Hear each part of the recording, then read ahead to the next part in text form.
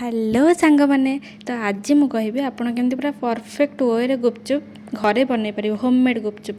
तो फास्ट आम 250 ml गोटे कप ना जब ए कप आभेलेबुल ना आप घरे थी कप भी नहीं पारे। तापर 60 ml गोटे कप ना तो यार गुपचुप्र माप है 1 kg अटारे 300 ग्राम सुजी। तो कौ अटा आप यूज करेंगे मार्केट रे जो मिलूँ पैकेट अटा से तो यूज करें कहीं यूट्यूब देखो अटा और सुजी गुपचुप कर कि मुझे थर ट्राए कलानी से टोटाली फुलूनी कि किसी होनी।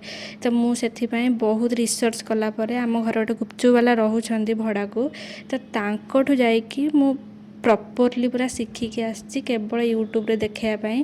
तो आपड़ जो बजार जो खोला अटा बारंबार कहूँ खोला अटा ने 250 ग्राम आउ सुजी केमतिया ने सुजी पूरा पतला बाली भाया सुजी ने 60 ग्राम।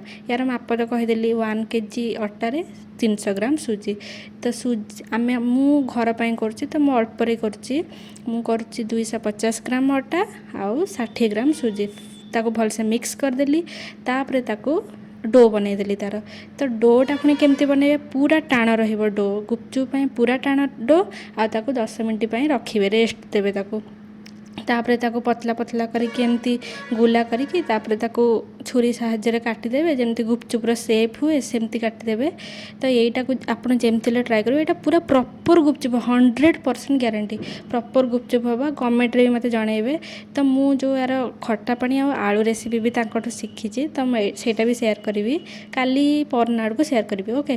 तो यहीटा आम एमती बेली देवा जदि आपंकर गोल होउनी तो ठीक अच्छे आप गोटे कटर नहीं जाए कटर रखिकी काटिदेवे हो गोल।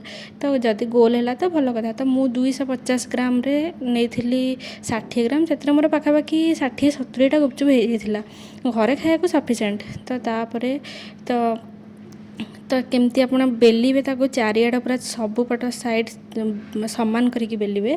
तो तापर छाणीबे केमती तो तेल दे गुपचुप छाणीबे से पूरा फुलिब। हाँ एमती गोटे दीटा जदि 10टा फुलिला गोटे पाम्पुड़ी हो गुपचुप वाला भी तो हुए ना। तो सेमती हम तो पूरा बढ़िया से पूरा कड़ा फ्राए करेंगे जमती पूरा गुपचुप कलर जमती आसो पूरा सेमती जाए फ्राए करेंगे पूरा बढ़िया से गुपचुप हम। मुझे आपन को साउंड भी करके शुणेदेवी शुणु शुणिले तो पूरा मजेदार साउंड पूरा गुपचुप भली। Okay tata bye.